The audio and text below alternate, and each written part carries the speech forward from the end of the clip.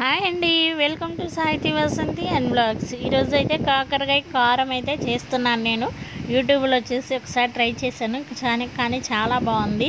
ముందుగా కాకరకాయలు అయితే చక్కగా పైది తొక్క తీసుకొని రౌండ్గా కట్ చేసుకొని ఉప్పు నీళ్ళలో అయితే నీట్గా కడిగేసుకొని ఉంచుకున్నాను. కడిగేసాక అది అండ్ ఆయిల్ అయితే వేసుకొని ఎక్కువగా కొంచెం ఆయిల్ వేసుకొని అయితే వేసుకున్న తర్వాత బాగా బాగా అయితే వేపుకోవాలండి. వేపేసుకున్నాక అదిగోండి మళ్ళీ తాలింపు పక్కన పెట్టేసుకొని తాలింపు వేసుకున్నాను. శనగగుండ్లు, పోపు దినుసులు, కరివేపాకు అవి అయితే వేసుకొని చక్కగా వేపేసుకున్నాక మనం ముందుగా వేపు పెట్టుకున్నాం కదా కాకరకాయ, అవి అయితే వేసుకొని నెక్స్ట్ కారంకి అయితే ఎండుమిర్చి, ధనియాలు, కొంచెం వెల్లుల్లి అవన్నీ అయితే కారం పట్టుకున్నాను. కారం పట్టి దాంట్లో వేస్తే కాకరకాయ కారం అయితే రెడీ అయిపోద్ది.